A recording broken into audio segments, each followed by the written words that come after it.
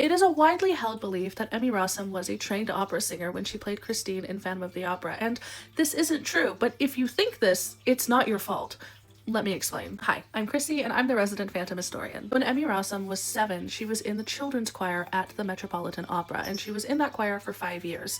This does not mean that she received any sort of opera training. She didn't. It seems like it was decided for press that they needed to excuse her presence in the film since she wasn't a known singer, so they latched on to the tiniest bit of singing in her background and ran with it. Interviews like the ones in this Bloomingdale magazine are a great example of them making it out to be more than it was. In a Q&A with Joel Schumacher, he says, she's been singing at the Met since she was 7 years old.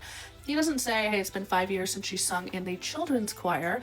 He just kind of leaves it vague so that the reader believes, hey, she's actually an opera singer. There's also an interview with Patrick and Emmy, and it is just as misleading. It refers to her as a trained opera singer who joined the Metropolitan Opera at 7 and was apparently groomed for the role of Christine. And this is just one magazine, okay? There's more articles and interviews where they made it out like she was an actual opera singer to intentionally mislead people to think that she deserved the role. And I'm not saying that she didn't. I'm just saying they didn't need to work so hard to convince people that she belonged there. Feelings about Emmy Rossum aside, and I personally really like her Christine, it's understandable why people believe that she was an opera singer when she wasn't. You were literally lied to.